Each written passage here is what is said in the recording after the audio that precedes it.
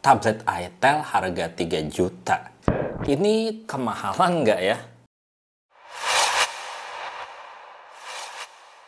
Halo Sobat Tekno, gimana kabar lo hari ini? Semoga selalu sehat dan banyak rezeki. Di video kali ini gue pengen bahas ini, tablet harga 3 juta dari itel, VistaTab 30 Pro. Menurut lo kira-kira harga 3 juta buat itel tuh pantas nggak? Kemahalan nggak? Yuk kita bahas. Dan kayak gini nih, boxnya dari itel VistaTab 30 Pro ini lumayan berat nih. Ada 3 kilo kali ya, atau 2 kilo lebih lah pokoknya. VistaTab 30 Pro with Smart Keyboard. Tuh, lumayan tebal. Kita lihat ya spesifikasi unggulannya apa aja. Pertama, dia punya layar 13 inch 2K. Terus dia performa Helio G99, baterainya gendut 10.000 mAh. Dia punya desain tipis banget ya. Terus kamera utama 13 megapiksel, kamera 88 megapiksel, dan dia udah pre-install WPS Office. Jadi buat kerja bisa langsung nih. Kemudian kita unboxing aja ya, kita lihat isinya apa aja. Kita langsung dorong aja. Nih, paling atas dia tuh tabletnya, VistaTab 30 Pro. Kemudian di bawahnya isinya adalah keyboardnya. Biasanya keyboard buat tablet itu harganya tuh di atas 1 juta ya, kalau keyboard yang bagus. Dan ini kita lihat, kualitas keyboardnya nih, kualitas casingnya berasa cakep ya, berasa premium, berasa halus banget. Dan nih kalau dibuka kayak gini, tuh dia udah dilengkapi dengan keyboard ukuran full dan juga punya touchpad. Ini kita singkirin dulu ya. Ini kita taruh gini aja kali. Nah, biar nanti langsung bisa dipakai. Sekarang kita lihat untuk isinya dari kotaknya apa aja. VistaTab 30 Pro. Pertama, di kompartemen pertama nih ada tabletnya. Tabletnya gede ya. 13 inch tabletnya. Tuh, kita singkirin dulu. Kompartemen berikutnya dapat buku kartu petunjuk penggunaan serta kartu garansi. Terus dia juga dapat kabel charger di sini. Kabel chargernya standar panjang 1 meter, USB-A atau USB-C. Terus dia juga dapat SIM card ejector yang bentuknya kayak gini. Kemudian di sini ada kabel charger, charger adapter. Sayangnya charger adapternya ini dia cuma 10 watt aja, 5 volt 2 ampere aja. Ampun deh itel, baterai 10.000 mAh dikasih chargernya 10 watt doang. Berapa lama coba ngisinya? Ya mungkin di charge-nya sambil tidur aja kali ya, ditinggal tidur, paginya baru bisa dipakai. Oke, sekarang kita ke tabletnya. Nih tuh, tabletnya tipis minimalis loh. Kita buka ya. Kita sorotin aja. Wow, ini sebenarnya gue udah syuting berapa kali nih, ada masalah di kameranya, jadinya nih syuting yang ketiga kalau nggak salah, jadi ya wajar ya ada bercak-bercak dikit. Nih bodinya ini tuh bahan metal, nih berasa adem loh. Lo bisa lihat sendiri di sini dia ada garis antena buat nangkap sinyal dengan lebih baik. Desainnya cakep banget ya. itel VistaTab 30 Pro ini desainnya berasa mahal, kelihatan mahal. Dan untuk bagian kameranya dia tuh single kamera doang. Yang satunya tuh logo AI gitu. Keren kan? Terus tuh tipis banget. Dia dibikin model kotak gitu ya, jadinya berasa kelihatan simple, minimalis banget. Nih kayak gini nih, tampak depan dari itel VistaTab 30 Pro. Layarnya bezelnya simple, minimalis, tipis ya, lumayan ramping banget. Dan ini kualitas layarnya berasa cakep loh. Bener-bener kualitas layar untuk tablet harga 3 juta tuh bener-bener pantas gitu. Ya lo lihat aja sendiri, layar IPS 2K-nya ini, ya walaupun dia masih 60 fps ya, belum 90 fps atau 120 fps, ini kualitas visualnya berasa cakep, berasa nyaman di mata, nggak berasa silo, nggak berasa kebiruan atau kekuningan, berasa pas kualitas visualnya menurut gue. Dan layarnya ini tuh dia bisa mengenali 1, 2, 3, maksimal 3 sentuhan bersamaan aja. Jadi fix ya, kalau misalkan lo beli tab ini, lo pakai tab ini, lo nggak bisa main keyboard, main piano gitu di tab ini.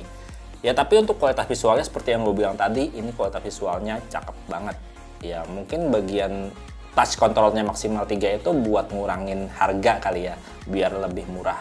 Dan di sektor audio, tablet ini tuh belum punya fitur audio kayak Dolby Atmos atau DTS audio gitu. Tapi tablet ini punya fitur yang namanya bass loudness. Dan juga hi-fi mode buat kualitas suaranya tuh lebih kedongkrak lagi. Dan walaupun tablet ini punya 4 grill speaker, 2 di kanan dan 2 di kiri, sebenarnya untuk speakernya sendiri dia cuma dual speaker aja, stereo speaker. Dan kualitasnya tuh berasa kenceng, berasa powerful, dan juga berasa detail. Waktu gue cobain ya dengan volume maksimal, kualitas suaranya tuh berasa agak tebal, kayak ada bass-bassnya gitu. Kayak gini suaranya.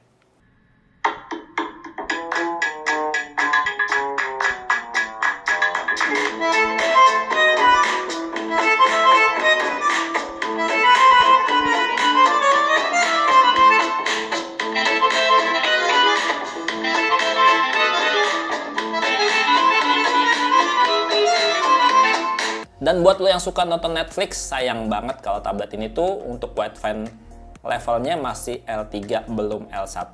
Jadi kalau tablet ini buat nonton Netflix ya nggak bisa di Full HD atau di HD. Maksimal cuma di 480p aja. Makanya yang lo lihat ini kalau pas lagi nonton Netflix ya agak-agak pixelate dikit. Ya tapi kalau menurut gue sih nggak apa-apa ya. Karena gue kalau nonton Netflix ya di TV, rame-rame sekeluarga, nggak sendiri aja. Kalau lo sendiri gimana? Dan buat lo yang pengen beli tablet buat kerja, kalau HP ini dipakai buat meeting online ya, kalau misalkan pakai Zoom meeting, untuk backgroundnya belum bisa ngeblur, belum bisa ganti-ganti background, apa adanya aja. Tapi kalau lo pakai Google Meet, backgroundnya bisa lo ganti sesuka hati, mau blur aja, mau ganti foto atau mau ganti gambar, bisa aja. Ini sekitar kamera, untuk kamera depannya 8 megapiksel, sementara kamera belakangnya 13 megapiksel single kamera. Dimana gue pengen kasih lihat nih ya untuk fitur kameranya, tablet ini tuh bener-bener fitur kamera apa adanya aja ya, buat rekam video atau buat ambil foto gitu aja. Dan untuk menu settingnya sendiri di sini cuma buat settingan standar aja juga. Dia bisa save timer, picture size dan lain sebagainya. Kalau misalkan kita buat rekaman video, dia juga ada pilihan AIS atau stabilisasi dengan video quality up to 2K untuk kamera belakang. Kalau untuk hasil perekaman videonya pakai kamera depan Full HD maksimal ya, dan ini kualitasnya kayak gini di kondisi yang ruangan cahayanya agak-agak kurang gitu ya. Sementara kalau misalkan ruangannya dikasih lampu tambahan biar terang gitu, kayak gini kualitasnya. Gimana menurut lo? Udah termasuk bagus gak sih kalau buat meeting-meeting? Kalau menurut gue sih segini udah cakep ya, udah lumayan jernih, udah oke dilihatnya. Kalau suaranya sendiri lo bisa nilai ya. Kalau dipakai buat rekam video Full HD kayak gini kualitasnya, dipakai buat jalan. Ya ada AIS-nya, ada stabilisasinya, tapi nggak stabil-stabil banget ya. Masih goyang banget. Wajar sih, siapa juga yang ngerekam video pakai tablet kayak gini. Apalagi buat ngerekam konser, bisa ditimpuk dari belakang sama orang. Untuk kualitas suaranya sendiri, lo bisa nilai sendiri ya. Gimana menurut lo? Ya, kalau untuk kualitas perekaman videonya, ya standar tablet lah. Kayak gini nih kualitas videonya. Kalau untuk hasil foto-foto sih udah termasuk oke ya untuk ukuran tablet. Yang pasti buat foto-foto pakai kamera belakang ini udah cukup banget. Buat foto-foto dokumen, buat kirim-kirim dokumen dalam bentuk format gambar. Untuk kamera depannya juga udah cukup oke buat ngasih lihat, buat ngasih bukti kalau kita ikutan meeting online. Ini udah cukup banget sih, udah cakep. Dan buat koneksiin tablet ini ke keyboardnya tuh gampang banget. Kita tinggal pasang, tinggal klik kayak gini langsung dia nempel, langsung terkoneksi.